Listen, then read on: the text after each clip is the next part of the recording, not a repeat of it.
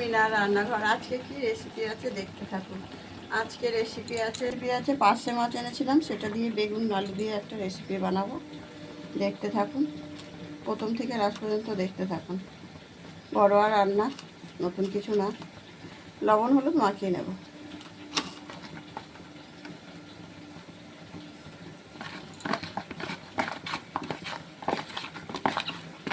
গ্যাসটা অন করে দিয়েছি।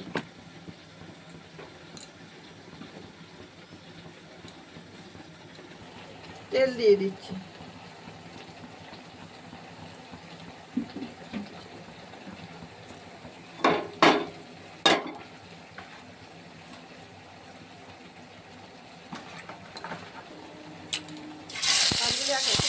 তেল গরম হয়ে গেছে, দিয়ে দিচ্ছি। সকালে তো বাজারে যাওয়ার সময় হয় না, কাজে যাবে, রাতে আসার সময় নিয়ে আসা হয়। মাছগুলো এক একটু দিতে দেবো, অল্প করে দিলাম যাতে ভেঙে না যায়।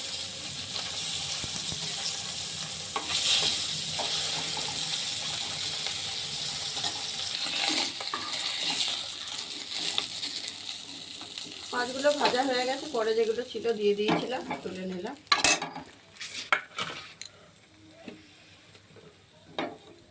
তেল দিয়ে দেব পরিমাণ মতো।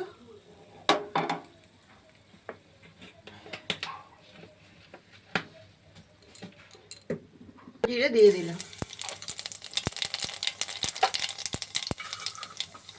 বেগুন আলু দিয়ে দিলাম। বেগুন তো খায় না দুজনে, আমি একা খাবো, মাছগুলো খাবে না, ছেলে বউরা খাবে না। বেগুন ঝোল বা ভাজা খেতে ভালোবাসি, অল্প দিয়েছি, আলু দিয়েছি, বড় একটা আলু। লবণ দিয়ে দিলাম স্বাদ মতো। আলুর সাথে ভেজে নিয়েছি, আমি তুলে নেব। পরে ঝোলটা যখন ফুটবে দেবো, কেন দুজনে খেতে যায় না, মাছ দিয়েও খাবে না। চারটে লঙ্কা আছে, পাকা কাঁচা লঙ্কা মিশিয়ে, টমেটো একটা আছে, দিয়ে দিলাম। মশলা দেবো এখন, লবণ তো আগেই দিয়ে দিয়েছি। হলুদ দিয়ে দিলাম পরিমাণ মতো।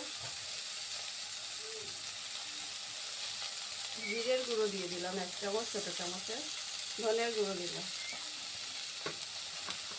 লঙ্কার গুঁড়ো দিলাম 1 চামচ। আমরা ঝালটা বেশি খাই, আপনাদের স্বাদ মতো বাড়িয়ে কমিয়ে নেবেন।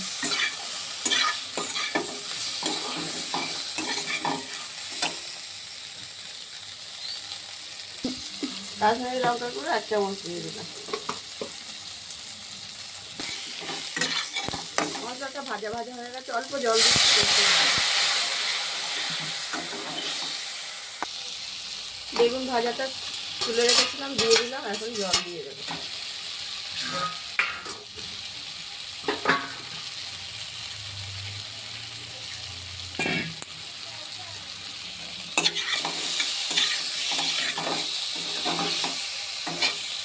কষানো হয়ে গেছে, গরম জল বানিয়ে রেখেছিলাম, দিয়ে দিলাম। চাপা দিলাম, ঢাকনাটা খুলে নিলাম, দেখছি আলুটা সিদ্ধ হয়েছে কিনা, রেখে নেব। হয়ে গেছে, ঝোল ভালোভাবে ফুটে গেছে, সিদ্ধ হয়ে গেছে, মাছ দিয়ে দিলাম।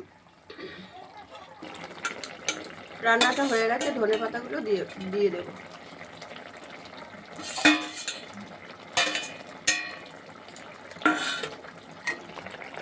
একটা লঙ্কা অ্যাড করলাম, নামিয়ে নেব।